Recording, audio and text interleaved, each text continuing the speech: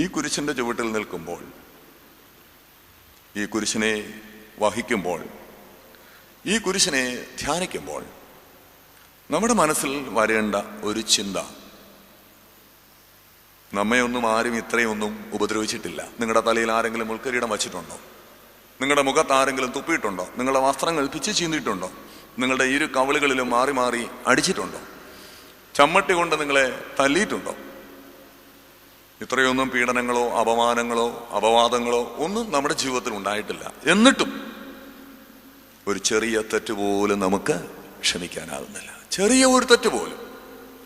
നമ്മുടെ അമ്മ പറഞ്ഞ ഒരു വാക്ക്, സഹോദരങ്ങളുടെ ഒരു അപരാധം, കുഞ്ഞുങ്ങളുടെ ചെറിയ ഒരു തെറ്റ്, അയൽക്കാരൻ്റെ ചെറിയ ഒരു പിഴവ്, ചെറിയൊരു കാര്യം പോലും നമുക്ക് ക്ഷമിക്കാനോ പൊറുക്കാനോ സാധിക്കുന്നില്ല. എന്തുമാത്രം പകയും വിദ്വേഷവും പിണക്കവും ഇപ്പോഴും നാം മനസ്സിൽ കൊണ്ടു നടക്കുന്നു. ഈ നോമ്പ് കാലത്ത് എത്ര പേരോട് ക്ഷമിക്കാൻ നമുക്ക് പറ്റി? എത്ര പേർക്ക് മാപ്പ് കൊടുക്കാൻ നമുക്ക് കഴിഞ്ഞു? എത്ര പേരോട് വിട്ടുവീഴ്ച ചെയ്യാൻ നമുക്ക് സാധിച്ചു? പൊറുക്കുന്നിടത്തും ക്ഷമിക്കുന്നിടത്തും മറക്കുന്നിടത്തും വിട്ടുകൊടുക്കുന്നിടത്തും വിട്ടുവീഴ്ച ചെയ്യുന്നിടത്തുമാണ് കുരിശ് അന്വർത്ഥമാകുന്നത്.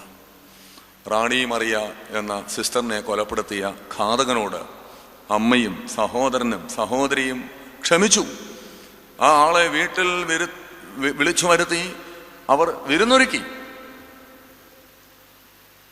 ആർക്ക് സാധിക്കും? മലയാറ്റൂരിലെ വൈദികനെ കുത്തിക്കൊന്ന ജോണി എന്ന ഘാതകനെ അവന്റെ വീട്ടിൽ ചെന്ന് അമ്മയും സഹോദരങ്ങളും മാപ്പ് കൊടുത്തു. മാപ്പ് കൊടുക്കുന്നവരൊക്കെ ദൈവത്തിന്റെ സ്ഥാനത്ത് നിൽക്കുക. യാക്കോബ് ഏശാവിനെ കെട്ടിപ്പിടിച്ച് നിൽക്കുന്ന വളരെ വികാരഭരിതമായ രംഗമുണ്ട്. വേദപുസ്തകത്തിലെ ഏറ്റവും മനോഹരമായ ചിത്രങ്ങളിൽ ഒന്നാണത്. 20 വർഷങ്ങൾക്ക് മുമ്പ് നിശ്ചയമായി നിന്നെ എന്നെങ്കിലും കണ്ടാൽ കൊന്നിരിക്കും എന്ന് പ്രതിജ്ഞ ചെയ്ത ഏശാവ് തന്റെ സഹോദരന്റെ കഴുത്തിൽ കെട്ടിപ്പിടിച്ച് ചുംബിച്ചു നിൽക്കുന്ന ഒരു രംഗമുണ്ട്. യാക്കോബ് പറയുന്നു, ദൈവത്തിന്റെ മുഖം കാണുന്ന പോലെ നിന്റെ മുഖം ഞാൻ കാണുന്നു. മാപ്പ് കൊടുക്കുന്നവരൊക്കെ ദൈവത്തിന്റെ സ്ഥാനത്ത് നിൽക്കുക. മാപ്പ് കൊടുക്കുന്നവർക്ക് അവര് ദൈവത്തെ പ്രതിനിധീകരിക്കുകയാണ്. അതുകൊണ്ടാ എബ്രായ ലേഖനത്തിൽ പൗലോസ് പറഞ്ഞത്, തമ്മിൽ തമ്മിൽ സമാധാനം ആചരിച്ച് ശുദ്ധീകരണം പ്രാപിപ്പാൻ ഉത്സാഹിപ്പീൻ. തമ്മിൽ തമ്മിൽ സമാധാനം ആചരിച്ച് ശുദ്ധീകരണം പ്രാപിപ്പാൻ ഉത്സാഹിപ്പീൻ. ശുദ്ധീകരണം കൂടാതെ ആരും കർത്താവിനെ കാണുന്നില്ല. തമ്മിൽ തമ്മിൽ സമാധാനം ഉണ്ടാകുമ്പോൾ നമ്മുടെ മനസ്സ് ശുദ്ധമാകും. മനസ്സ് ശുദ്ധമാകുമ്പോൾ എല്ലാവരിലും ദൈവത്തെ കാണാൻ നമുക്ക് പറ്റും. ആരിലും നമ്മൾ ദൈവത്തെ കാണും. നമ്മളെ ഉപദ്രവിക്കുന്നവരിലും സങ്കടപ്പെടുത്തുന്നവരിലും ഒക്കെ ദൈവത്തിന്റെ മുഖം കാണാൻ നമുക്ക് സാധിക്കും. എല്ലാവരിലും ദൈവത്തിന്റെ സാന്നിധ്യവും ദൈവത്തിന്റെ സാമീപ്യവും അനുഭവിക്കാൻ നമുക്ക് സാധിക്കും. ശുദ്ധീകരണം കൂടാതെ ആരും കർത്താവിനെ കാണുന്നില്ല. എബ്രായ ലേഖനം 12:15. മാപ്പ് കൊടുക്കുന്നവരും മാപ്പ് സ്വീകരിക്കുന്നവരും ഒക്കെ ദൈവത്തിന്റെ സ്ഥാനത്ത് നിൽക്കുക. നോമ്പുകാലം പൊറുക്കാനും മറക്കാനും ക്ഷമിക്കാനുമുള്ള ഒരു കാലമാണ്. എന്തുകൊണ്ടാണ് ക്ഷമിക്കണമെന്ന് പറയുന്നത്? പിതാവേ, അവർ ചെയ്യുന്നത് എന്തെന്ന് അറിയായികയാൽ. അവർക്ക് അറിവില്ലാത്തതുകൊണ്ടാണ്. ഒരു മനുഷ്യൻ നിങ്ങളെ വേദനിപ്പിക്കുന്നെങ്കിൽ, സങ്കടപ്പെടുത്തുന്നെങ്കിൽ അതിന്റെ കാരണം അവന് തിരിച്ചറിവില്ല, ബോധ്യമില്ല. ഈ ചെയ്യുന്ന അപരാധത്തിന്റെ അനന്തരഫലങ്ങളെ കുറിച്ചുള്ള ഉൾക്കാഴ്ചയില്ല. ആരോടാണ് ഈ ചെയ്യുന്നത്, ആരുടെ മുഖത്താണ് അടിക്കുന്നത്, ആരെയാണ് തുപ്പുന്നതെന്ന തിരിച്ചറിവില്ല. തിരിച്ചറിവില്ലാത്തവർ തിരിച്ചറിവില്ലായ്മ കൊണ്ട് തെറ്റ് ചെയ്താൽ അറിവുള്ളവരും വെളിച്ചമുള്ളവരും എന്ത് ചെയ്യണം? അവരോട് ക്ഷമിക്കുകയും അവർക്ക് വേണ്ടി പ്രാർത്ഥിക്കുകയും ചെയ്യണം. അല്പം വെട്ടം നിങ്ങളുടെ മനസ്സിൽ കിട്ടിയിട്ടുണ്ടെങ്കിൽ, ഈ തിരുവചനത്തിന്റെ ഒരു ചെറിയൊരു അംശമെങ്കിലും നമ്മുടെ മനസ്സിലേക്ക് ഒന്ന് പതിഞ്ഞിട്ടുണ്ടെങ്കിൽ നമുക്ക് മാപ്പ് കൊടുക്കാനാകും. പിതാവെ, അവർ ചെയ്യുന്നതെന്ന് അറിയുന്നില്ല. അവർക്ക് അവരുടേതായ ചില കാരണങ്ങൾ കാണും. അവർക്ക് അവരുടേതായ ചില ന്യായീകരണങ്ങൾ ഉണ്ടാകും. നമുക്ക് മനസ്സിലാകാത്ത ചില കാരണങ്ങളുണ്ട് എല്ലാ മനുഷ്യനും. എല്ലാവരെയും മനസ്സിലാക്കാനും ഉൾക്കൊള്ളാനും ഒന്നും നമുക്ക് പറ്റുന്നില്ലല്ലോ. ഓരോ ആളുകളും അവരുടേതായ നിലയിൽ പ്രതികരിക്കുന്നതിന്, അങ്ങനെ പെരുമാറുന്നതിന് അവൻ്റെതായ ചില കാരണങ്ങളുണ്ട്. അവൻ്റെ അറിവില്ലായ്മയാകാം, ധാരണക്കുറവാകാം, തെറ്റിദ്ധാരണകളാകാം. പിതാവേ, അവർ ചെയ്യുന്നതെന്ന് അറിയായികയാൽ അവരോട് ക്ഷമിക്കും. മനുഷ്യൻ അറിവില്ലാത്തത് കൊണ്ടാണ് തെറ്റ് ചെയ്യുന്നതെന്നൊരു ചിന്ത എപ്പോഴും നമ്മുടെ മനസ്സിൽ ഉണ്ടായിരിക്കണം. നോമ്പുകാലം ക്ഷമിക്കാനുള്ള ഒരു കാലമാണ്. ഈ ക്ഷമയെന്ന് പറയുന്നത് ആരോടാ? മറ്റുള്ളവരോട് മാത്രമല്ല, നമുക്കും ഒരു ക്ഷമ ആവശ്യമുണ്ട്. സ്വയം മാപ്പ് കൊടുക്കുക, സ്വയം മാപ്പ് കൊടുക്കുക, സ്വയം ക്ഷമിക്കുക. അത് വലിയൊരു കാര്യമാണ്. നമ്മുടെ പ്രാർത്ഥനകളിൽ പറയുന്നുണ്ടല്ലോ, കടക്കാരുടെ കടച്ചീട്ടിനെ കീറിക്കളയണമേ, പാപികളുടെ തെറ്റുകളെ ക്ഷമിക്കണമേ, ഞങ്ങൾ ചെയ്തു പോയ തെറ്റുകളെ നിന്റെ ഓർമ്മയിൽ നിന്ന് മായിച്ചു കളയണം. കുമ്പസാരിക്കാനായിട്ട് നമ്മൾ വരുമ്പോൾ പട്ടക്കാരൻ വളരെ സ്പെസിഫിക് ആയിട്ട് നമ്മളോട് പറയുന്ന ഒരു കാര്യമുണ്ട്. കഴിഞ്ഞ കുമ്പസാരത്തിന് ശേഷമുള്ള കാര്യങ്ങൾ പറഞ്ഞാൽ മതി. മുമ്പ് ഉണ്ടായിരുന്ന വികാരിയച്ഛൻ്റെ കാലത്ത് നടന്നതൊന്നും ഇപ്പോൾ ആവർത്തിക്കേണ്ട കാര്യമില്ല. അപ്പോൾ ഈ കഴിഞ്ഞ കുമ്പസാരത്തിന് മുമ്പുള്ള പാപങ്ങളൊക്കെ എവിടെ പോയി? അതെല്ലാം ദൈവം ക്ഷമിച്ചു. ദൈവം ക്ഷമിച്ച കാര്യങ്ങൾ നമ്മൾ വീണ്ടും ഓർമ്മയിൽ സൂക്ഷിക്കരുത്. ദൈവത്തിന്റെ ഓർമ്മയിൽ പോലുമില്ലാത്ത, ദൈവത്തിന്റെ സ്മരണയിൽ നിന്ന് മായിച്ചു കളഞ്ഞ പാപങ്ങൾ, നമ്മൾ ഏറ്റുപറഞ്ഞ് അനുദമിച്ച് ഉപേക്ഷിച്ച പാപങ്ങൾ ദൈവത്തിന്റെ ഓർമ്മയിൽ പോലുമില്ല. ഇതൊക്കെ ഓർമ്മയിൽ സൂക്ഷിക്കുന്നത് മനുഷ്യന്റെ സ്വഭാവമാണ്. ദൈവം ഒരു കാര്യം ക്ഷമിക്കുമ്പോൾ തന്നെ മറക്കുന്നു. കടക്കാരുടെ കടച്ചീട്ടിനെ കീറിക്കളയും, പാപികളുടെ കുറ്റങ്ങളെ തൻ്റെ ഓർമ്മയിൽ നിന്ന് മായിച്ചു കളയും. നമ്മൾ വീണ്ടും വീണ്ടും ഇത് ഓർമ്മയിൽ സൂക്ഷിക്കരുത്. ദൈവം ക്ഷമിച്ചത് നമ്മൾ മറക്കുകയും നമുക്ക് നമ്മോട് തന്നെ സ്വയം മാപ്പ് കൊടുക്കുകയും ചെയ്യണം. ഭൂതകാലങ്ങളിലെ അപരാധങ്ങളുടെ കുറ്റബോധം വർത്തമാനകാല ജീവിതത്തിൻ്റെ സന്തോഷത്തെ കെടുത്തരുത്. ചില അറിയില്ലായ്മയുടെ കാലങ്ങളിൽ പറ്റിപ്പോയ ചില അപരാധങ്ങൾ, കുറവുകൾ, അതിൻ്റെ സങ്കടവും വേദനയും ജീവിതകാലം മുഴുവൻ നമ്മെ ദുരിതപ്പെടുത്താനും സങ്കടപ്പെടുത്താനും അനുവദിച്ചുകൂടാ. ജീവിതത്തിൻ്റെ എന്നോ ചില നിമിഷങ്ങളിൽ പറ്റിപ്പോയ തെറ്റുകൾ ദൈവസന്നിധിയിൽ ഏറ്റുപറഞ്ഞു ഉപേക്ഷിച്ച് ദൈവം നമുക്ക് മോചനം തന്ന പാപങ്ങൾ നമ്മുടെ മനസ്സിൽ നിന്ന് മായിച്ചു കളയുകയും നാം നമുക്ക് തന്നെ ഒരു മാപ്പ് നൽകുകയും ചെയ്യണം. നാം നമ്മോട് തന്നെ ക്ഷമിക്കണം. അപ്പോഴാണ് നമുക്ക് യഥാർത്ഥത്തിലുള്ള സമാധാനവും ശാന്തിയും കിട്ടുക. ഈ കുറ്റബോധത്തിൽ നിന്നും അസ്വസ്ഥതകളിൽ നിന്നും നാം ഈ നോമ്പ് കാലത്ത് വിമുക്തരാകേണ്ടതായിട്ട് ഉണ്ട്. പിതാവേ, ഇവർ ചെയ്യുന്നതെന്ന് അറിയായികയാൽ ഇവരോട് ക്ഷമിക്കണമേ. രണ്ടാമത്തെ മൊഴി എന്താണ്? നീ ഇന്ന് എന്നോടുകൂടെ പർദീസായിലിരിക്കും. ഇത് ആരോട് പറഞ്ഞതാണ്? വലത്ത് ഭാഗത്തെ കള്ളനോട്. ശരിക്കും അങ്ങനാണോ? അങ്ങനെ വേദപുസ്തകത്തിൽ വ്യക്തമായി പറയുന്നില്ല. വലത്ത് ഭാഗത്തെ കള്ളൻ എന്ന് പറയുന്നില്ല. പക്ഷെ അവിടെ പറയുന്നത് കള്ളന്മാരിൽ ഒരുവൻ എന്നാണ്. നമ്മൾ അങ്ങനെ വിശ്വസിച്ചു പോകുന്നു. അങ്ങനെ വിശ്വസിക്കുന്നതിന് ഒരു ലോജിക്കുണ്ട്. ഇപ്പൊ എൻ്റെ വലത് ഭാഗം ഏതാണ്? വടക്കുവശമാണ്. നിങ്ങളുടെ വലത് ഭാഗവും തെക്കുവശമാണ്. അപ്പോൾ നമ്മൾ എങ്ങോട്ട് തിരിഞ്ഞു നിൽക്കുന്നു എന്നത് ആശ്രയിച്ചാണ് ഈ വലതും ഇടതും ഒക്കെ നിശ്ചയിക്കപ്പെടുക. അത് ആപേക്ഷികമാണ്. എന്നാൽ ഇംഗ്ലീഷിൽ വലതുവശം എന്നതിന് എന്താ പറയുക? Right side. റൈറ്റ് എന്ന് പറഞ്ഞാൽ എന്താണ്? ശരിയായ എന്നർത്ഥമുണ്ട്. ശരിയായ സൈഡ് എന്നാണ് എൻ്റെ അർത്ഥം. വലതുഭാഗത്തെ കള്ളൻ എന്ന് പറഞ്ഞാൽ അതിൻ്റെ ലോജിക്ക് ശരിയായ നിലപാടുള്ള കള്ളൻ, ശരിയുടെ ഭാഗത്ത് നിൽക്കുന്ന ആള്, സത്യത്തോട് ചേർന്ന് നിൽക്കുന്ന മനുഷ്യൻ,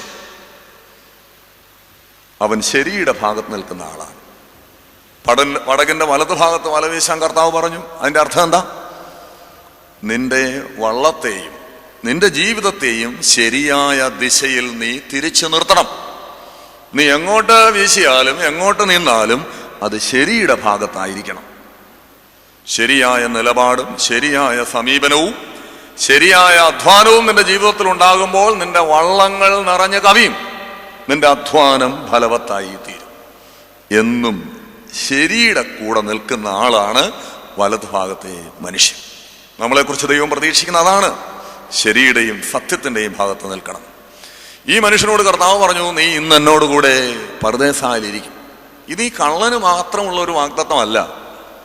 നമുക്കെല്ലാവർക്കും ദൈവം വാഗ്ദത്തം ചെയ്യാൻ ഉദ്ദേശിച്ചിരിക്കുന്നതാണ്, വാഗ്ദത്തം ചെയ്തിരിക്കുന്നതാണ് പർദീസ. നമ്മളെല്ലാം അവിടെ എത്തണമെന്നാണ് ദൈവത്തിന്റെ ആഗ്രഹം. നമ്മളെക്കുറിച്ച് ദൈവത്തിന്റെ ആഗ്രഹവും പദ്ധതിയും അതാണ്. നമ്മളെല്ലാം ഈ പർദീസയുടെ അനുഭവമുള്ളവരായി അതിന്റെ അവകാശികളായി തീരണം. നമ്മുടെ ശവസംസ്കാര ശുശ്രൂഷയുടെ അവസാന ഭാഗത്ത് ഇങ്ങനൊരു പ്രാർത്ഥനയുണ്ട്. വാത്സല്യ സഹോദരങ്ങളെ പരസ്പരം ആശ്വസിപ്പിക്കുകയും അന്യോന്യം ധൈര്യപ്പെടുത്തുകയും മൃദനിൽ നിന്ന് കരുണ പിൻവലിക്കരുത്. വിരുന്ന് ഭവനത്തിൽ പോകുന്നതിനേക്കാൾ ഉത്തമം വിലാപഭവനത്തിൽ പോകുന്നതാണ്. എന്നുള്ള സഭയുടെ കൽപ്പനയനുസരിച്ച് നിങ്ങൾ വന്ന ദൈവിക തിരുവെഴുത്ത് നിർവഹിച്ചിരിക്കുന്നു. മരിച്ചവരുടെ സംസ്കാരത്തിൽ നീതീകരണം പ്രാപിക്കുകയും. നമ്മൾ പലപ്പോഴും ഇത് കേൾക്കാറില്ല. എന്താ കാര്യം? ഏറ്റവും ഒടുവിൽ ചൊല്ലുന്നതാണ്. ഈ സമയത്താണ് അവിടെ പാക്കറ്റൊക്കെ വിതരണം ചെയ്യുന്നത്. വാത്സല്യ സഹോദരങ്ങളെ എന്നൊക്കെ പറഞ്ഞ അച്ഛൻ ഇങ്ങനെ പ്രാർത്ഥിക്കുമ്പോൾ സഹോദരൻ വീട്ടിൽ ചെന്നു. പക്ഷെ വളരെ അർത്ഥവത്തായൊരു പ്രാർത്ഥനയാണ്. മരിച്ചവരുടെ സംസ്കാരത്തിൽ നീതീകരണം പ്രാപിക്കുകയും. നിങ്ങളുടെ ബുദ്ധിമുട്ടിന് 30, 60, 100 ഇരട്ടി പ്രതിഫലം കർത്താവ് നൽകും. ഏറ്റവും കൂടുതൽ അനുഗ്രഹം കിട്ടുന്ന ഒരു ശുശ്രൂഷ ഏതാണെന്നറിയോ? ഒരു വിവാഹ സദ്യക്ക് പോയാൽ, നമുക്ക് ശുശ്രൂഷയ്ക്ക് പോയാൽ ആളുകളെ കാണാം, സദ്യ കിട്ടും. പക്ഷെ മരണത്തിന് പോയാലോ? നിങ്ങളുടെ ബുദ്ധിമുട്ടിന് 30, 60, 100 ഇരട്ടി ഫലം. നിങ്ങൾ വെയിൽ കൊള്ളുന്നത് വെറുതെ ആകില്ല. നിങ്ങളൊരു വീട്ടിൽ പോയി കുറെ സമയം ചെലവഴിക്കുന്നതിന് പ്രതിഫലമുണ്ട്. You will be justified. മരിച്ചവരുടെ സംസ്കാരത്തിൽ നീതീകരണം പ്രാപിക്കുകയും. നീതീകരണം പ്രാപിക്കുക എന്ന് പറഞ്ഞാൽ യു വിൽ ബി ജസ്റ്റിഫൈഡ്. നിങ്ങളുടെ പാപങ്ങളെ ദൈവം ക്ഷമിക്കും. മരിച്ചവരെ അടക്കുക എന്ന് പറയുന്നത് കാരുണ്യ പ്രവൃത്തിയാണ്. ആ ഭവനത്തിൽ പോവുക, അവർക്ക് വേണ്ടി പ്രാർത്ഥിക്കുക, അവരുടെ ആവശ്യങ്ങൾ സഹകരിക്കുക, ഒരു വിലാപയാത്രയിൽ പങ്കെടുക്കുക, അവരുടെ കുറെ സമയം ചെലവഴിക്കുക. You will be justified. നിന്റെ പാപങ്ങളെ ദൈവം ക്ഷമിക്കും. നീ നീതീകരണം പ്രാപിക്കും. നിന്റെ ബുദ്ധിമുട്ടിന്, കഷ്ടതയ്ക്കും 30, 60, 100 ഇരട്ടി ഫലം ദൈവം തരും. ആ പ്രാർത്ഥനയുടെ ഒടുവിൽ ഇങ്ങനെ ഒരു വാചകമുണ്ട്: ആദ്യ മനുഷ്യൻ പാപം ചെയ്യുന്നതിന് മുമ്പ് കർത്താവ് അവന്റെ കൂടാരം സ്ഥാപിച്ച അതേ സ്ഥാനത്ത് ഈ മനുഷ്യന്റെ വാസവും ആക്കണമേ. ആദ്യ മനുഷ്യൻ പാപം ചെയ്യുന്നതിന് മുമ്പ് കർത്താവ് അവന്റെ കൂടാരം സ്ഥാപിച്ച അതേ സ്ഥാനത്ത് ഈ അപ്പച്ചനെ, ഈ അമ്മച്ചെ എത്തിക്കണമേ എന്നാണ് പ്രാർത്ഥിക്കുന്നത്. ആദ്യ മനുഷ്യനാരാ? ആദമും ഹവ്വായും പാപം ചെയ്യുന്നതിന് മുമ്പ് ജീവിച്ച ഒരവസ്ഥയുണ്ട്. ആ അവസ്ഥയിലേക്ക് നമ്മൾ മടങ്ങിപ്പോകണം. അതാണ് മനുഷ്യന്റെ ശരിയായ അവസ്ഥ. ഇന്നത്തെ നമ്മുടെ അവസ്ഥ പാപത്തിന് ശേഷമുള്ള അവസ്ഥയാണ്. ഇത് മനുഷ്യന്റെ അവസ്ഥയല്ല. മനുഷ്യന്റെ പോയിട്ട് മൃഗങ്ങൾ പോലും ചെയ്യാത്ത കാര്യങ്ങളാണ് ഇന്ന് മനുഷ്യൻ ചെയ്യുന്നത്. ഞങ്ങളുടെ അടുത്ത് ഒരു സ്ത്രീ പ്രസവിച്ച ഉടനെ 2 ഇരട്ട കുട്ടികളായിരുന്നു. ഒരു കർക്കത്തി എടുത്തിട്ട് ഈ 2 കുഞ്ഞുങ്ങളുടെയും കഴുത്ത് അരിഞ്ഞു കളഞ്ഞു. ഏതെങ്കിലും മൃഗം ഇങ്ങനെ ചെയ്യുന്നത് നിങ്ങൾ കേട്ടിട്ടുണ്ടോ? ഒരു പട്ടി പ്രസവിച്ച് കിടന്നാൽ അതിൻ്റെ കുട്ടിയെ എടുക്കാൻ അത് സമ്മതിക്കുമോ? ഒരു കോഴി മുട്ടയിട്ട് അടയിരുന്നാൽ അതിൻ്റെ അടുത്ത് ചെല്ലാൻ അത് സമ്മതിക്കുമോ? കുറച്ചു നാൾ മുമ്പ് നമ്മൾ കേട്ടല്ലോ, ഒരു സ്ത്രീ സ്വന്തം കുഞ്ഞിനെ നിഷ്കരണം കൊലപ്പെടുത്തി ചുട്ടുകരിച്ചതിനെ കുറിച്ചൊക്കെ. മൃഗങ്ങൾ പോലും ചെയ്യില്ല. ഈ വാർത്തകൾ വന്ന ആ ദിവസമാണ് മറ്റൊരു വാർത്ത കണ്ടത്. ഒരു മാലിന്യ കൂമ്പാരത്തിൽ കിടന്ന ഒരു കുഞ്ഞ്, ദിവസങ്ങൾ മാത്രം പ്രായമുള്ള ഒരു കുഞ്ഞിനെ ഒരു പട്ടി കടിച്ചെടുത്ത് അതിൻ്റെ പല്ല് പോലും ഈ കുഞ്ഞിൻ്റെ ദേഹത്ത് പെടാതെ മൃദുവായി കടിച്ചെടുത്ത് തൊട്ടടുത്ത ഒരു വീടിൻ്റെ വാതിക്കൽ കൊണ്ടുവന്ന് വച്ചിട്ട് ഈ പട്ടി അനങ്ങാതെ പോയി. ആ സ്ഥാനത്ത് മനുഷ്യൻ സ്വന്തം കുഞ്ഞുങ്ങളെ ചുട്ടുകരിക്കുന്നു, സ്വന്തം മക്കൾ, മാതാപിതാക്കളെ തല്ലിക്കൊല്ലുന്നു. മൃഗങ്ങൾ പോലും ചെയ്യാത്ത കാര്യങ്ങളാണ് മനുഷ്യൻ ഇന്ന് ചെയ്യുന്നത്. ഇത് മനുഷ്യന്റെ അവസ്ഥയല്ല, മൃഗങ്ങളുടെ അവസ്ഥയുമല്ല, അതിനേക്കാളും അധംപതിച്ച ഒരവസ്ഥയിലേക്ക് നമ്മൾ മാറിപ്പോയി. ഇതല്ല മനുഷ്യന്റെ അവസ്ഥ. മനുഷ്യന്റെ അവസ്ഥ, ആദ്യ മനുഷ്യൻ പാപം ചെയ്യുന്നതിന് മുമ്പ് ജീവിച്ച ഒരവസ്ഥയുണ്ട്. ആ അവസ്ഥയിലേക്ക് നമ്മൾ മടങ്ങിപ്പോകണം. അതാണ് പർദീസായുടെ അനുഭവം. അവിടെ നമ്മൾ എത്തണം. അതിനെന്ത് വേണം? യോഹന്നാന്റെ സുവിശേഷം 5-ാം അധ്യായം 25-ാം വാക്യത്തിൽ പറയുന്നു, മരിച്ചവർ ദൈവത്തിന്റെ ശബ്ദം കേൾക്കുകയും കേൾക്കുന്നവർ ജീവിക്കുകയും ചെയ്യുന്ന സമയം വരുന്നു, അത് ഇപ്പോൾ തന്നെ ആവുന്നു. മരിച്ചവർ ദൈവത്തിന്റെ ശബ്ദം കേൾക്കും, കേൾക്കുന്നവർ ജീവിക്കും. അത് ഇപ്പോൾ തന്നെ, ഇനി എന്നെങ്കിലും ഒരു കാലത്ത് സംഭവിക്കാനുള്ളതല്ല. അത് ഇവിടെ തുടങ്ങുന്നതാണ്, ഇപ്പോൾ ആരംഭിക്കുന്നതാണ്. ഇവിടെ ആരംഭിക്കുന്നതേ അവിടെ പൂർത്തീകരിക്കാനാകൂ, ഇവിടെ തുടങ്ങുന്നതേ അവിടെ അവസാനിപ്പിക്കാനാവൂ. സ്വർഗത്തിൽ ചെല്ലുമ്പോൾ നമ്മൾ കേൾക്കാൻ ആഗ്രഹിക്കാത്ത ഒരു ശബ്ദമുണ്ട്. അത് കേൾക്കല്ലേ എന്നാണ് നമ്മുടെ ആഗ്രഹവും പ്രാർത്ഥനയും. എന്താ അത്? പോവീൻ, ഞാൻ നിന്നെ അറിയുന്നില്ല. പോകുവീൻ, ഞാൻ നിന്നെ അറിയുന്നില്ല. അപ്പോൾ നിങ്ങൾ എന്ത് പറയും? അയ്യോ ദൈവമേ, ഞാൻ ഇന്ന പള്ളിയിലെ അംഗമാണ്,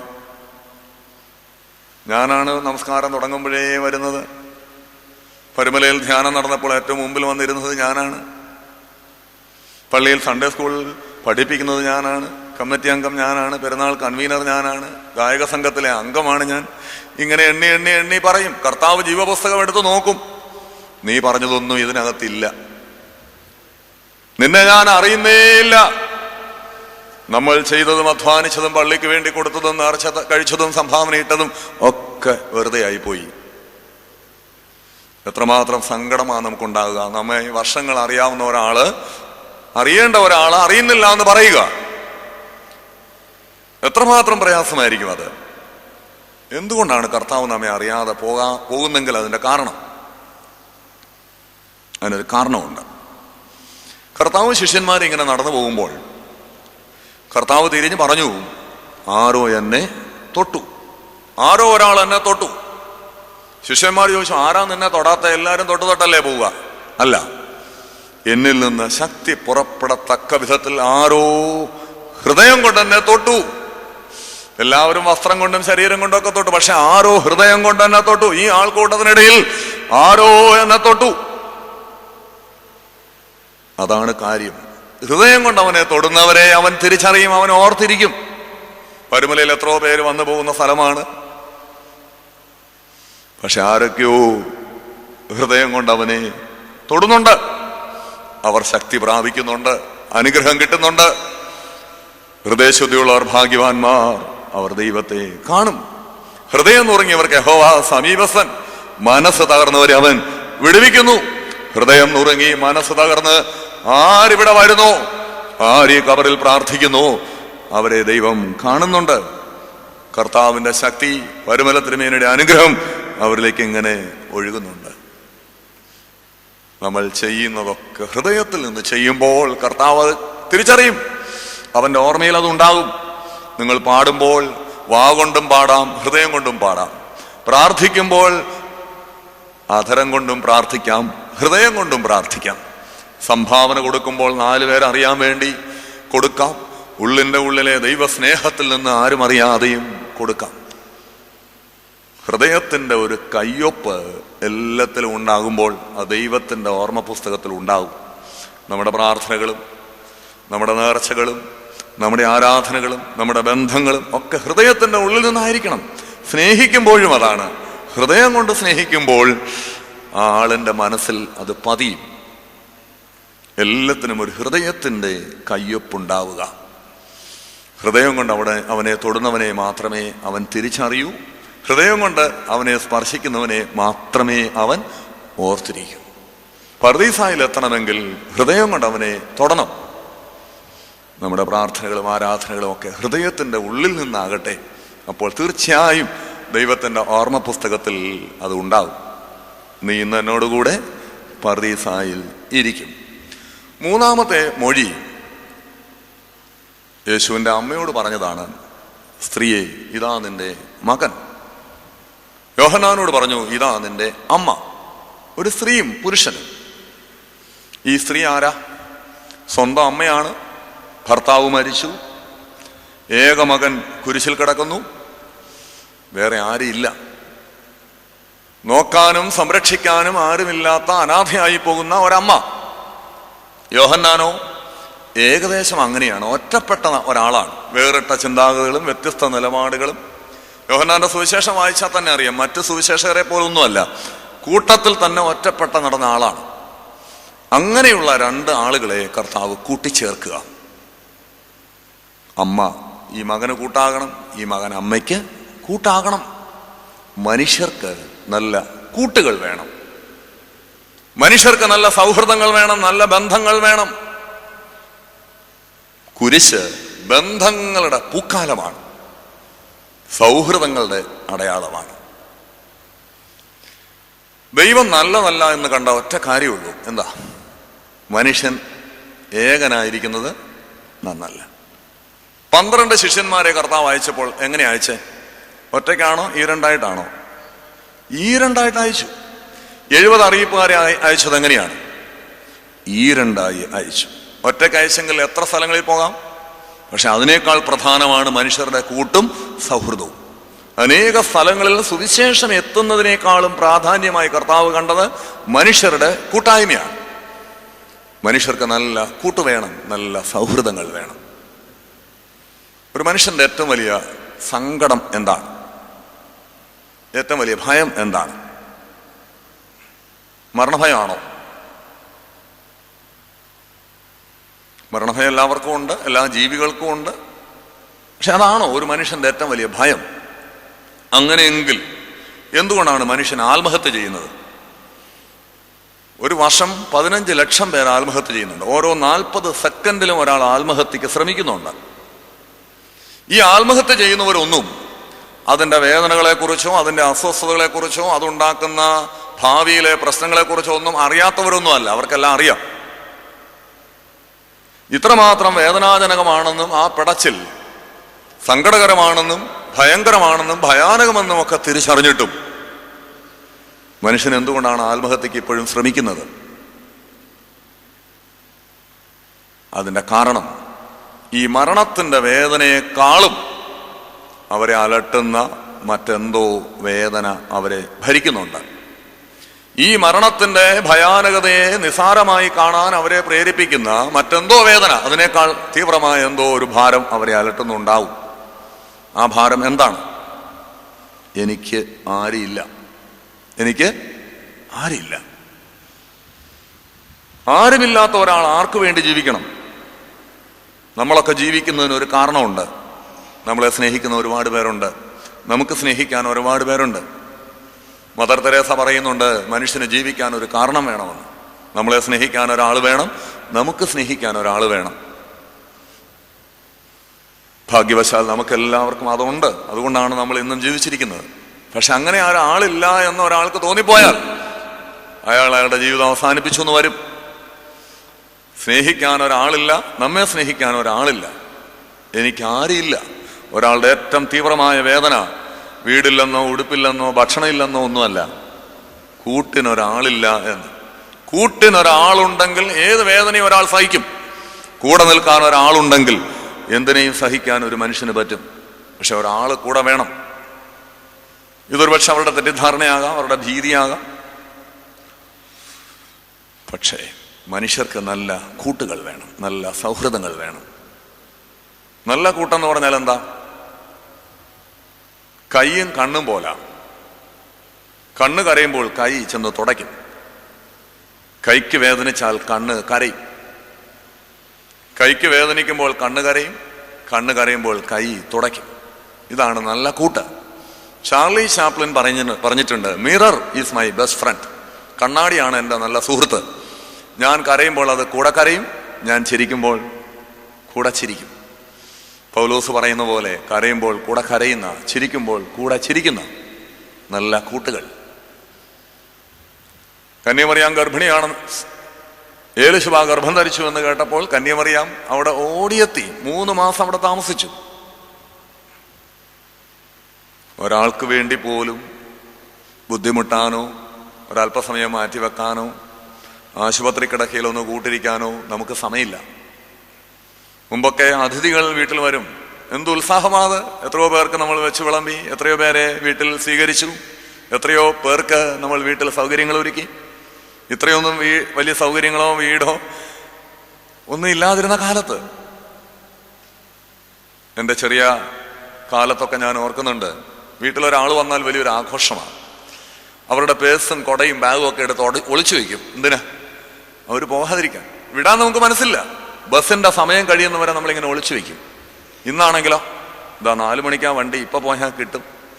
അവർ മറന്നുപോയാലും സമയമൊക്കെ ഓർപ്പിച്ച് നമ്മളങ്ങ് പറഞ്ഞു വിടുക. ആർക്കു വേണ്ടിയും ബുദ്ധിമുട്ടാനോ കഷ്ടപ്പെടാനോ ഭക്ഷണം ഒരുക്കാനോ അവരെ സൽക്കരിക്കാനോ സ്വീകരിക്കാനോ ഒന്നും നമുക്ക് മനസ്സില്ല. നമുക്കതിനുള്ള സമയമോ സാവകാശമോ ക്ഷമയോ ഇല്ല. അബ്രഹാം വീടിന്റെ പൂമുഖത്ത് എല്ലാ ദിവസവും ഇറങ്ങി ഇങ്ങനെ ഇരിക്കും. എന്തിനാ? വഴിയെ ആരെങ്കിലും പോകുന്നോ എന്നറിയാൻ. ഒരു ദിവസം അബ്രഹാം ഇങ്ങനെ കാത്തിരുന്നപ്പോൾ 3 പുരുഷന്മാർ ഇങ്ങനെ വഴിയെ പോകുന്നു. ഓടിച്ചെന്നു, യജമാനന്മാരെ, എന്നോട് സ്നേഹമുണ്ടെങ്കിൽ എൻ്റെ വീട്ടിൽ കയറാതെ പോകരുത്. വൃക്ഷത്തിന് കീഴിൽ വിശ്രമിച്ച് അപ്പക്കഷ്ണമെടുത്ത് ഭക്ഷിച്ച് തൃപ്തിയായി ശേഷം പോകാം. ഞാൻ നിങ്ങളുടെ കാലുകളെ കഴുകട്ടെ. വഴിയെ പോകുന്ന വഴിപോക്കരെ വിളിച്ചുകൊണ്ട് വീട്ടിൽ വന്നു. അബ്രഹാം ഓടിച്ചെന്നൊരു തടിച്ച ഫാറ്റൻഡ് കഫ്, തടിച്ച കാളക്കുട്ടി അറുത്തു. സാറാ പോയി 3 പറ മാവെടുത്ത് കുഴച്ചു 3 പേർക്ക്. എന്തുമാത്രം ഔദാര്യം, ജനറോസിറ്റി. സദൃശവാക്യങ്ങൾ പറയുന്ന ഔദാര്യ മാനസൻ പുഷ്ടി പ്രാപിക്കും. ഔദാര്യവും അതിഥികളെ സ്വീകരിക്കാനുള്ള മനസ്സും എവിടെ ഉണ്ടോ അവർക്ക് പുഷ്ടിയുണ്ട്. ഇന്നത്തെ ഭാര്യമാരൊക്കെ ആണെങ്കിൽ പറയുന്ന വാക്കുകളൊന്നും ഡിക്ഷണറിയിൽ ഉണ്ടാവില്ല. ആരെങ്കിലും വിളിച്ചുകൊണ്ട് വന്നാൽ എത്ര ക്ഷമയോടെ, എത്ര സൗമ്യതയോടെ ഈ അതിഥികളെ അബ്രഹാമും ഭാര്യയും കൂടെ സ്വീകരിച്ചു. മടങ്ങിപ്പോയപ്പോൾ അവർ പറഞ്ഞു, അടുത്ത വർഷവും ഞങ്ങൾ വരും. അപ്പോൾ ഈ വീട്ടിലൊരു കുഞ്ഞിൻ്റെ കരച്ചിൽ കേൾക്കും.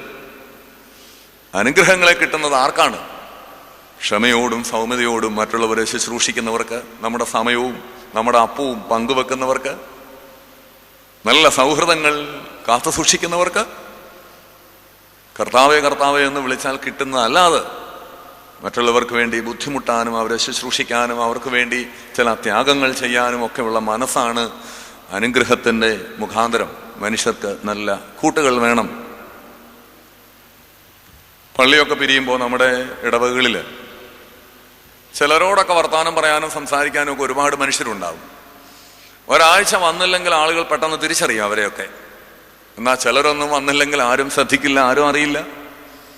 ചിലരൊക്കെ വന്നിങ്ങനെ അനാഥരെ പോലെ നിൽക്കും. അവരോട് മിണ്ടാനോ സംസാരിക്കാനോ ഒന്നും ആരുമില്ല. ആരും മിണ്ടാത്തവരോട് നിങ്ങൾ മിണ്ടണം. ആരും സംസാരിക്കാത്തവരോട് സംസാരിക്കണം. എല്ലാവരുടെ കയ്യിലും മൊബൈൽ ഫോണൊക്കെ ഉണ്ട്. ചിലരുടെ ഫോണിലോട്ട് തുരുതുരാ കോളുകൾ വന്നുകൊണ്ടിരിക്കും. എന്നാൽ ചിലരൊക്കെ ഈ ഫോൺ കൊണ്ടു നടക്കുന്നേ ഉള്ളൂ. ആരും വിളിക്കാനില്ല. സ്വന്തം നമ്പർ കുത്തി വിളിക്കും. ചിലപ്പോൾ ആരും വിളിക്കാത്തവരെന്ത് ചെയ്യും?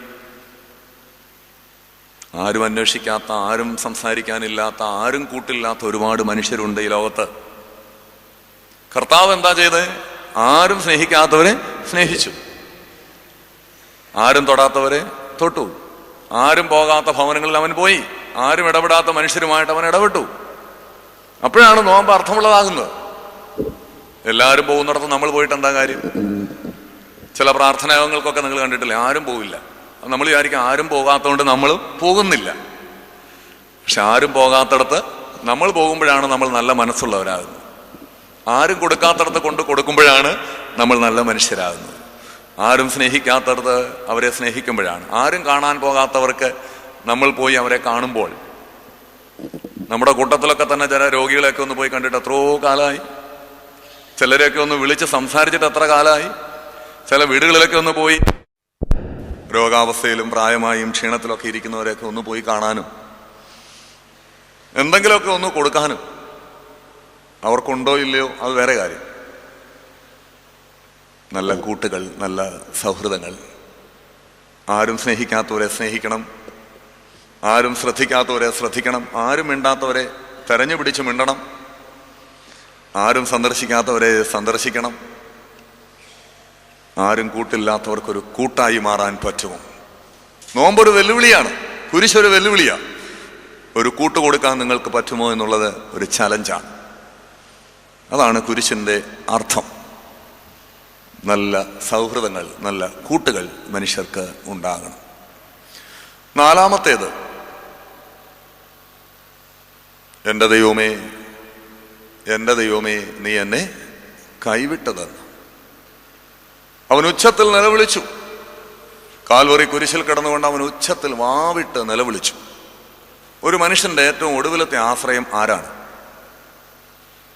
ദൈവമാണ്. നമുക്കൊക്കെ അങ്ങനെ ഒരു സ്വകാര്യ അഹങ്കാരമുണ്ട്. നീ നിന്റെ പാട്ടിന് പോടാ, എനിക്ക് ദൈവമുണ്ട്. പക്ഷെ ദൈവം കൂടെ ഒരാളെ കൈവിട്ടാൽ അയാൾ എന്ത് ചെയ്യും? ഭയാനകമാണ് അയാളുടെ അവസ്ഥ. നമുക്കൊക്കെ ഒരു പിടിവള്ളിയുണ്ട്, ഒടുവിൽ ദൈവത്തെ മുറുകെ പിടിക്കാമെന്നൊരു ധാരണ നമ്മുടെ മനസ്സിലുണ്ട്. പക്ഷെ അതുകൂടെ ഒരാളെ കൈവിട്ടാൽ അയാൾ എങ്ങോട്ട് പോകും? ആരെ വിളിക്കും? യേശുക്രിസ്തു വാവിട്ട് നിലവിളിച്ചതിന്റെ കാരണം ഇതാണ്. ദൈവം കൂടെ കൈവിട്ടു എന്ന ഒരു തോന്നൽ. എൻ്റെ ദൈവമേ, എൻ്റെ ദൈവമേ, നീ എന്നെ കൈവിട്ടത് എന്ത്? ഈ ലോകത്ത് ഇന്ന് വരെ ഒരു മനുഷ്യന് ഇത്ര ഉച്ചത്തിൽ, ഇത്ര ഭയാനകമായ വിധത്തിൽ നിലവിളിച്ചിട്ടുണ്ടാകില്ല. അവൻ വാവിട്ട് തകർന്ന് നിലവിളിച്ചു. നമ്മുടെ ദൈവം നിലവിളിച്ച ദൈവമാണ്. അതുകൊണ്ടെന്താ? നമ്മുടെ എല്ലാ വേദനകളും അവന് മനസ്സിലാവും. എബ്രായലേഖനത്തിൽ പൗലോസ് പറയുന്നു, നമ്മുടെ മഹാപുരോഹിതൻ നമ്മുടെ കഷ്ടങ്ങളിൽ സഹതപിപ്പാൻ കഴിയാത്തവനല്ല. നമ്മുടെ വേദനകളിൽ സഹതപിക്കാൻ കഴിയാത്ത ഒരു മഹാപുരോഹിതനല്ല നമുക്കുള്ളത്. പാപമൊഴികെ എല്ലാ കാര്യത്തിലും അവൻ നമുക്ക് തുല്യനായി എല്ലാ വേദനകളിലൂടെയും കടന്നുപോയൊരു ദൈവമാണ്. എല്ലാ വേദനകളും അവനറിയാം. നിങ്ങൾ പറഞ്ഞു, ഏതൊരു വേദന നിങ്ങൾ പറഞ്ഞ്? അപ്പനില്ലാത്ത ഒരു മനുഷ്യന്റെ സങ്കടം യേശുവിനറിയാം. ഒരു വളർത്തപ്പനല്ലാതെ സ്വന്തം എന്ന് പറയാൻ ഒരപ്പൻ ഇല്ല ആളുകളുടെ ദൃഷ്ടിയിൽ. യേശുവിന് വീടുണ്ടോ? തലചായ്ക്കാൻ ഒരിടമില്ല. ഒരിടമില്ലാത്തവന്റെ, കേറിക്കിടക്കാൻ ഒരിടമില്ലാത്തവന്റെ വേദന കർത്താവിനറിയാം. പടകിന്റെ അമരത്തും പാറക്കൂട്ടങ്ങളുടെ ഇടയിലും മരുഭൂമിയിലുമൊക്കെ തലചായ്ച്ച കർത്താവിനറിയാം കേറിക്കിടക്കാൻ ഒരിടമില്ലാത്തവന്റെ സങ്കടം. പൈസയുണ്ടോ കയ്യിൽ? ഒരു നാണയം, ഒരു വെള്ളി നാണയം പോലും പോക്കറ്റിൽ സ്വന്തമായിട്ടില്ലാത്ത മനുഷ്യനായിരുന്നു യേശു. ഒരു ഭാര്യയുണ്ടോ? വഴക്ക് പറയാനോ ദേഷ്യപ്പെടാനെങ്കിലും ഒരു ഭാര്യ ഇല്ലാത്ത ഒരാളുടെ സങ്കടം ഒന്ന് ആലോചിച്ച് നോക്ക്. ഒരു കുഞ്ഞുണ്ടോ വാത്സല്യിക്കാൻ, താലോലിക്കാൻ? നിങ്ങൾക്ക് മനസ്സിലാവുമോ കുഞ്ഞുങ്ങളില്ലാത്തവരുടെ വേദന? അതില്ലാത്തവർക്കേ അറിയുള്ളൂ. കുരുത്തം കെട്ടതാണെങ്കിലും വേണ്ടല്ല, ഏത് അനുസരണം കെട്ടതാണെങ്കിലും വേണ്ടില്ല, ഒന്ന് സ്വന്തമായിട്ടില്ലെങ്കിൽ ഉള്ള സങ്കടം എത്ര വലുതാണ്. ഒടുവിൽ എല്ലാവരും അവനെ വിട്ടുപോയി. ഒരു കൂട്ട്, അപ്പം തിന്നവരുണ്ട്, സൗഖ്യം കിട്ടിയവരുണ്ട്, ഒരാള് കൂടെ നിൽക്കാനില്ലാത്ത ഒരു മനുഷ്യൻ, ഏതാനും സ്ത്രീകൾ മാത്രം. അവർക്കാണെങ്കിൽ സമൂഹത്തിൽ ഒരു വിലയില്ല. അന്നത്തെ കാലത്ത് കുറെ സ്ത്രീകൾ മാത്രം കരഞ്ഞുകൊണ്ട് നടക്കുന്നു. വീടില്ലാത്തവന്റെ സങ്കടം അവനറിയാം, അപ്പനില്ലാത്തവന്റെ വേദന അവനറിയാം, ഭാര്യയില്ലാത്തവന്റെ ദുഃഖം അവനറിയാം, മക്കളില്ലാത്തവരുടെ നൊമ്പരം അവനറിയാം, പൈസ ഇല്ലാത്തവന്റെ സങ്കടം അവനറിയാം, വിലാപങ്ങളുടെ അവസ്ഥയിൽ കൂടെ നിൽക്കാൻ ഒരാളില്ലാത്തവന്റെ വേദന അവനറിയാം. എല്ലാ വേദനകളും അവന് മനസ്സിലാകും. നമ്മുടെ ദൈവം നമുക്കുള്ള സകല കഷ്ടങ്ങളിലും നമുക്ക് തുല്യനായി പരീക്ഷിക്കപ്പെട്ടവനാണ്. നമ്മുടെ എല്ലാ അനുഭവങ്ങളിലൂടെയും കടന്നുപോയവനാണ്. അതുകൊണ്ട് നിങ്ങളുടെ സങ്കടങ്ങളുടെ ആഴം അവൻ തിരിച്ചറിയും. നിങ്ങളുടെ കൂടെ താമസിക്കുന്ന ആളോ, നിങ്ങളുടെ ഭർത്താവോ, നിങ്ങളുടെ മക്കളോ, സഹോദരങ്ങളോ അറിഞ്ഞില്ലേലും ദൈവത്തിന് നമ്മുടെ എല്ലാ വേദനകളും മനസ്സിലാവും. ആളുകൾ പറയുമ്പോൾ ഒട്ടും സാരമില്ല, പക്ഷേ ദൈവം ഒരിക്കലും അങ്ങനെ പറയില്ല. കാരണം ഈ വേദനകളിലൂടെ എല്ലാം അവൻ കടന്നു പോയിട്ടുണ്ട്. കുരിശ് എല്ലാ വേദനകളുടെയും ഒരു സമാഹാരമാണ്. എല്ലാ സങ്കടങ്ങൾക്കും ഉത്തരം കിട്ടുന്ന ഒരു ഉത്തര സൂചികയാണ് ഈ കുരിശ്. നമ്മുടെ എല്ലാ പ്രശ്നങ്ങളും നിർദ്ധാരണം ചെയ്യുന്ന ഒരു കണക്ക് പുസ്തകമാണ് ഈ കുരിശ്. അവിടെ എല്ലാത്തിനും പരിഹാരമുണ്ട്, എല്ലാത്തിനും ഉത്തരവുണ്ട്. നമ്മുടെ ദൈവം നിലവിളിച്ച ദൈവമാണ്. 5, 5ാമത്തെ മൊഴി ഏതാണ്? എനിക്ക് ദാഹിക്കുന്നു, എനിക്ക് ദാഹിക്കുന്നു. എന്തിനു വേണ്ടിയുള്ള ദാഹമാണിത്? ശമരിയാക്കാരി സ്ത്രീയോട് കർത്താവ് പറഞ്ഞു, ഈ കിണറ്റിലെ വെള്ളം കുടിക്കുന്നവന് പിന്നെയും ദാഹിക്കും. ഞാൻ കൊടുക്കുന്ന വെള്ളമോ കുടിക്കുന്നവനിൽ നിത്യജീവനെ ഉൽപ്പാദിപ്പിക്കുന്ന ഉറവയായിത്തീരും. കിണറ്റിലെ വെള്ളം കുടിച്ചാൽ പിന്നെയും ദാഹിക്കും. ഉറവയിൽ നിന്ന് കുടിച്ചാൽ പിന്നെ ഒരിക്കലും ദാഹിക്കില്ല. നമ്മളൊക്കെ ഈ കിണറ്റിലെ വെള്ളം കുടിക്കാൻ താല്പര്യപ്പെടുന്നവരാണ്. കിണറ്റിൽ നിന്നും കുളത്തിൽ നിന്നും ഒക്കെയാണ് ഇപ്പോൾ കുടിച്ചുകൊണ്ടിരിക്കുന്നത്. ഈ കിണറ്റിലെ വെള്ളത്തിനൊരു പ്രശ്നമുണ്ട്, അത് ദാഹം കൂട്ടിക്കൊണ്ടേയിരിക്കും. പക്ഷെ ഉറവയിൽ നിന്ന് കുടിച്ചാൽ എന്നേക്കുമായി നിന്റെ ദാഹം പരിഹരിക്കും. നമ്മളൊക്കെ ഈ വിഷയങ്ങളൊക്കെ വെച്ച് പ്രാർത്ഥിക്കുന്നവരാണ്. ഈ വിഷയത്തിനൊരു പ്രശ്നമുണ്ട്. നമ്മുടെ കുഞ്ഞുങ്ങൾ വളരെ ചെറുതായിരിക്കുമ്പോൾ നമ്മുടെ വിഷയം എന്താ? അവർ പഠിക്കണം, മിടുക്കരാകണം, നല്ല മാർക്ക് കിട്ടണം, നല്ലവണ്ണം പരീക്ഷ പാസ്സാകണം. പരീക്ഷ പാസ്സായ പിന്നെ വിഷയം മാറി. എന്താ? പിന്നെ വരുമ്പോൾ പ്രാർത്ഥിക്കുന്ന വിഷയം മാറി, കല്യാണം നടക്കണം. കല്യാണം കഴിഞ്ഞാൽ പിന്നെ വിഷയം മാറി. എന്താ? കുട്ടികൾ സമയത്തുണ്ടാകണം. അത് കഴിഞ്ഞാൽ പിന്നെ വിഷയം മാറി, കൊച്ചിനെന്നും കരപ്പനും അസുഖങ്ങളുമാണ്, പിന്നെ അതിനുള്ള പ്രാർത്ഥന. ഇതിങ്ങനെ മാറിക്കൊണ്ടേയിരിക്കും. വിഷയങ്ങൾ ഒരു കാലത്തും തീരില്ല. കഴിഞ്ഞ വർഷം പരുമലയിൽ വന്നപ്പോഴും ഒരു കൂട്ടം വിഷയങ്ങളുണ്ട്, ഇപ്പോൾ വന്നപ്പോഴും വിഷയങ്ങളുണ്ട്. വിഷയങ്ങൾ തീരുന്നേയില്ല. ദാഹം തുടർന്നുകൊണ്ടേയിരിക്കുന്നു. എന്നാൽ ഈ വിഷയങ്ങളെല്ലാം സമഗ്രമായി പരിഹരിക്കുന്ന, ജീവിതത്തിൽ, മനുഷ്യ ജീവിതത്തിൽ സംഭവിക്കുന്ന ചെറുതും വലുതുമായ ഇതുപോലെയുള്ള കാര്യങ്ങളെ സമഗ്രമായി നേരിടാൻ നമ്മെ ശക്തീകരിക്കുന്ന, ബലപ്പെടുത്തുന്ന ഒരു ഉറവയുണ്ട്. ഈ ഉറവ ഏതാണ്? 36-ാം സങ്കീർത്തനത്തിന്റെ 8-ാം വാക്യത്തിൽ പറയുന്നു, നിന്റെ ആലയത്തിലെ പുഷ്ടി അനുഭവിച്ചവർ തൃപ്തി പ്രാപിക്കുന്നു, നിന്റെ ജീവജല നദി അവരെ കുടിപ്പിക്കുന്നു, നിന്റെ പക്കൽ ജീവന്റെ ഉറവുണ്ടല്ലോ. നിന്റെ ആലയത്തിലെ പുഷ്ടി അനുഭവിച്ചവർ തൃപ്തി പ്രാപിക്കുന്നു, നിന്റെ ജീവജല നദി അവരെ കുടിപ്പിക്കുന്നു, നിന്റെ പക്കൽ ജീവന്റെ ഉറവുണ്ട്. ജീവന്റെ ഉറവ് എവിടെ ഉണ്ട്? നിങ്ങളുടെ ആലയത്തിലുണ്ട്. അവിടെ കർത്താവിന്റെ വചനത്തിന്റെ പുഷ്ടിയുണ്ട്, ശരീരരക്തങ്ങളുടെ പുഷ്ടിയുണ്ട്. നിന്റെ പക്കൽ ജീവന്റെ ഉറവുണ്ട്. കർത്താവിന്റെ ശരീരരക്തങ്ങളുടെ പുഷ്ടി. അവൻ ഈ കാൽവറിയിൽ യാഗമായി തീർന്നതൊക്കെ ഒരു കാര്യം നമുക്ക് തരാൻ വേണ്ടിയാ. എന്താ? ഇതാ എന്റെ ശരീരം, ഇതാ എന്റെ രക്തം. കർത്താവ് തന്ന ഏറ്റവും വലിയ അനുഗ്രഹം ഏതാണ്? വീടോ കാറോ മക്കളോ ജോലിയോ പെൻഷനോ ഒന്നുമല്ല. അവൻ തന്റെ ശരീരരക്തങ്ങൾ നമുക്ക് വേണ്ടി ഭാഗിച്ചു നൽകി. അവൻ അത്രയ്ക്ക് ലോകത്തെ സ്നേഹിച്ചു. നിന്റെ പക്കൽ ജീവന്റെ ഉറവുണ്ട്. പെസഹ അനുഭവിക്കാനായിട്ട് നമ്മൾ ഒരുങ്ങുമ്പോൾ, അവൻ തന്റെ ശരീരത്തെ മുറുക്കി ഭാഗിച്ച് നമുക്ക് നൽകുമ്പോൾ, ഈ ഉറവ് നമ്മുടെ എല്ലാ ദാഹത്തെയും ശമിപ്പിക്കുന്നതാണ്, എല്ലാ പ്രശ്നങ്ങൾക്കും പരിഹാരം നൽകുന്നതാണ്. നിങ്ങളുടെ രോഗങ്ങളാകട്ടെ, സാമ്പത്തിക ക്ലേശങ്ങളാകട്ടെ, വീട്ടിലെ പ്രയാസങ്ങളാകട്ടെ, സമസ്തമായി സകലതിനെയും പരിഹരിക്കാൻ കഴിയുന്ന ജീവന്റെ ഉറവാണ് കർത്താവിന്റെ ശരീരരക്തങ്ങൾ, കർത്താവിന്റെ വചനത്തിന്റെ പുഷ്ടി. ഇത് നാം തിരിച്ചറിയണം. കുറെ കൂടെ ആഴമായ ഉറവിന് വേണ്ടിയുള്ള അന്വേഷണം, കിണറുകളുടെയും കുളങ്ങളുടെയും പിന്നാലെ പോകാതെ ഉറവയെ തേടിയുള്ള അന്വേഷണം കുറെ കൂടെ നാം യാഥാർത്ഥ്യം ആക്കണം. 6-ാമത്തെ മൊഴി, സകലവും നിവർത്തിയായി. Everything is finished. ഇതേതർത്ഥത്തിലാണ് കർത്താവ് പറയുന്നത്? എല്ലാം തീർന്നു എന്ന അർത്ഥത്തിലാണോ? യഥാർത്ഥത്തിൽ കർത്താവ് തുടങ്ങിയതേ ഉള്ളൂ, ആരംഭിച്ചതല്ലേ ഉള്ളൂ. ഒന്നും തീർന്നില്ല. എന്നിട്ടും എന്തുകൊണ്ട് സകലവും നിവർത്തിയായി എന്ന് കർത്താവ് പറഞ്ഞു? കർത്താവിനെ കുറിച്ചുള്ള ഏറ്റവും വലിയ പരാതി, അവൻ നിയമത്തെ ലംഘിക്കുന്നു, ശാബത്തിനെ ലംഘിക്കുന്നു. പക്ഷെ കർത്താവ് പറഞ്ഞു, ഞാൻ ഒന്നിനെയും ലംഘിക്കാൻ വന്നതല്ല, ഞാൻ എല്ലാത്തിനെയും പൂർത്തീകരിക്കാനാ വന്നത്. കർത്താവ് എങ്ങനെയാണ് എല്ലാത്തിനെയും പൂർത്തീകരിച്ചത്? യഹൂദന്മാരുടെ കയ്യിൽ നിയമമുണ്ട്, കർത്താവിന്റെ കയ്യിൽ സ്നേഹമുണ്ട്. നിയമവും സ്നേഹവും ഒന്നിച്ചു ചേരുമ്പോൾ അത് പൂർത്തീകരിക്കും. ഏത് നിയമവും പ്രായോഗിക തലത്തിൽ സ്നേഹം കൂടെ കൂട്ടിക്കലർത്തുമ്പോഴേ അത് പൂർത്തിയാവും. എന്ത് ചെയ്താലും സ്നേഹത്തിൽ ചെയ്യുമ്പോൾ അത് പൂർത്തിയാവും. ചെയ്യുന്നതെല്ലാം സ്നേഹത്തിൽ ചെയ്യുക, അപ്പോൾ പൂർത്തിയാവും. കർത്താവ് ചെയ്തതെല്ലാം സ്നേഹത്തിലാണ്, അപ്പോൾ അവന്റെ ജീവിതം പൂർത്തിയായി. നിങ്ങൾ വിചാരിക്കുന്നുണ്ടോ നിങ്ങളുടെ ആഗ്രഹങ്ങളെല്ലാം തീർന്നിട്ട് ഈ ലോകത്തിൽ നിന്ന് പോകാമെന്ന്? മക്കളെയൊക്കെ കെട്ടിച്ച് കണ്ട്, അവരുടെ കുഞ്ഞുങ്ങളെയും കണ്ട്, അവർക്കെല്ലാം വീട് വെച്ച് കൊടുത്ത്? അങ്ങനെയൊന്നും വിചാരിക്കരുത്.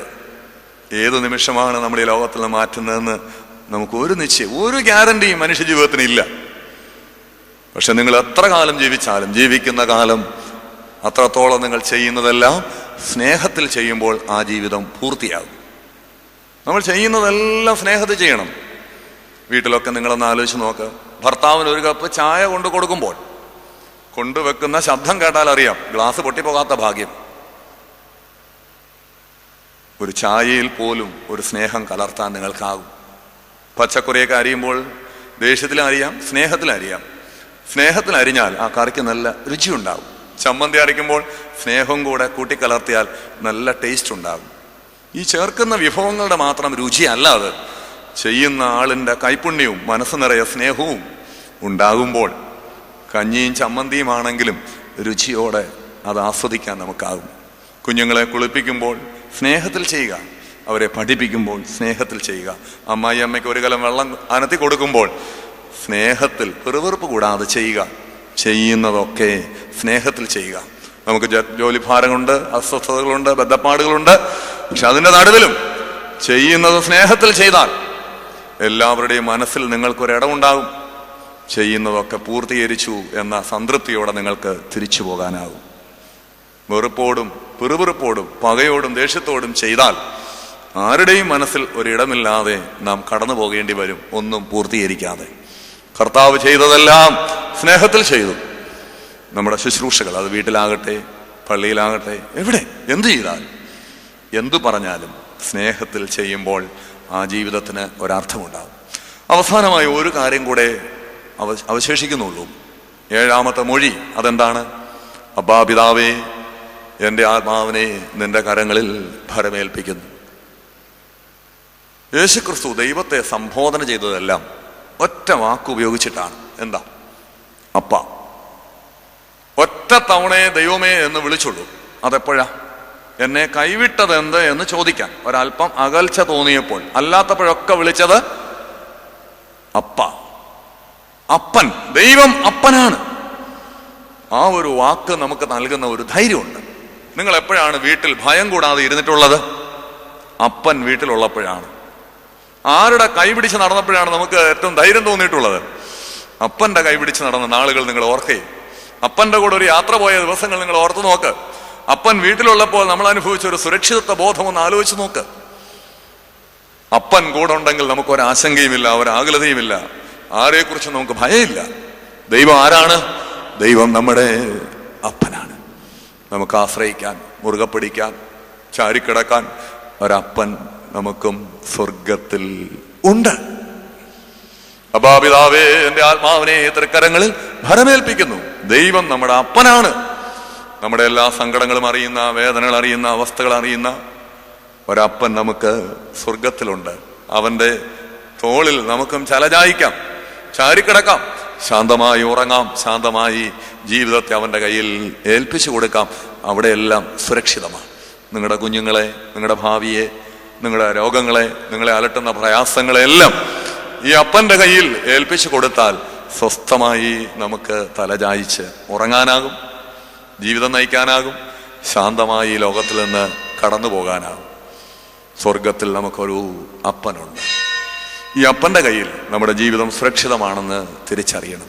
ഈ കുരിശ് സ്വർഗത്തിൽ നമുക്കൊരപ്പനുണ്ട് എന്ന് നമ്മെ ഓർമ്മിപ്പിക്കുന്ന കുരിശാണ്.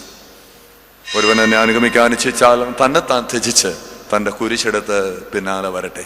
കുരിശൊരു സംസ്കാരമാണ്.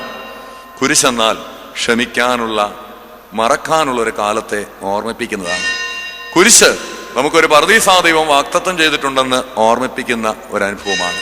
കുരിശ് മനുഷ്യർക്ക് നല്ല സൗഹൃദം വേണമെന്ന് നമ്മെ ഓർമ്മിപ്പിക്കുന്നു. കുരിശ് നമ്മുടെ എല്ലാ നിലവിളികളും ദൈവത്തിന് മനസ്സിലാകും എന്ന് നമ്മെ ഓർമ്മിപ്പിക്കുന്നു. കുരിശ് കിണറുകളുടെ പിന്നാലെ പോകാതെ ഉറവകളെ അന്വേഷിക്കണം, അവിടെയാണ് ദാഹം സമസ്തമായി പരിഹരിക്കപ്പെടുന്നത് എന്ന് നമ്മെ ഓർപ്പിക്കുന്നു. ചെയ്യുന്നതെല്ലാം സ്നേഹത്തിൽ ചെയ്യണമെന്ന് ഈ കുരിശ് നമ്മെ ഓർപ്പിക്കുന്നു. നമ്മുടെ ജീവിതം നമ്മുടെ അപ്പന്റെ കരങ്ങളിൽ സുരക്ഷിതമാണെന്നും നമ്മുടെ ജീവിതം അവിടെ ഏൽപ്പിച്ചാൽ ശാന്തമായി നമുക്ക് നമ്മുടെ ജീവിതം മുന്നോട്ട് നയിക്കാനാകും എന്നും ഈ കുരിശ് നമ്മെ ഓർപ്പിക്കുന്നു. ഈ കുരിശ് നമ്മുടെ ജീവിത പശ്ചാത്തലത്തിൽ അർത്ഥമാക്കുന്ന ചില വിചാരങ്ങൾ നമ്മളൊന്ന് പങ്കുവെച്ചു എന്നേ ഉള്ളൂ. ഈ കുരിശിനെ നമ്മുടെ കുടുംബജീവിതവും ദൈനംദിന ജീവിതവുമായി ബന്ധപ്പെടുത്തി ചിന്തിക്കുവാനും ഈ കുരിശിന്റെ സംസ്കാരവും നിലപാടുകളും നമ്മുടെ അനുദിന ജീവിതത്തിൽ ഒന്ന് പുലർത്തുവാനും ദൈവത്തിന്റെ പരിശുദ്ധാത്മാവ് നമ്മെ സഹായിക്കട്ടെ എന്ന് പ്രാർത്ഥിച്ച് എൻ്റെ വാക്കുകളെ നിർത്തുന്നു. ദൈവം